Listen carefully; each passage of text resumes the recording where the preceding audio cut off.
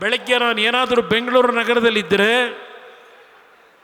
ಸನ್ಮಾನ್ಯ ಸಿದ್ದರಾಮಯ್ಯನವರೇ, ಸನ್ಮಾನ್ಯ ಕಾಂಗ್ರೆಸ್ನ ಮಿತ್ರರೇ, ನನ್ನ ಮನೆಗೆ ಬರ್ತಕ್ಕಂಥವರು ಸೂಟು ಬೂಟು ಹಾಕಿ ಸೂಟ್ ಕೇಸ್ ಇಟ್ಕೊಂಡು ಬರ್ತಕ್ಕಂಥವ್ರು ಬರಲ್ಲ.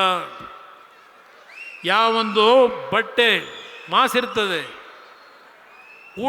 ಊಟ ಮಾಡಿರಲ್ಲ, ಕಿಡ್ನಿ ಕಾಯಿಲೆ, ಹಲವಾರು ರೀತಿಯ ಸಮಸ್ಯೆಗಳನ್ನು ನನ್ನ ಮುಂದೆ ತರ್ತಕ್ಕಂಥ ಜನರ ನೋವನ್ನು ಏನು ಕಂಡಿದ್ದೇನೆ.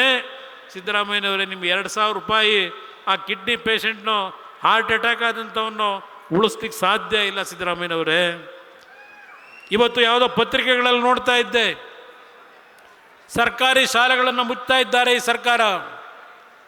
ಯಾವೊಂದು ನ್ಯಾಷನಲ್ ಎಜುಕೇಷನ್ ಪಾಲಿಸಿ ಬಂತು ಅದನ್ನೂ ತರಲಿಲ್ಲ.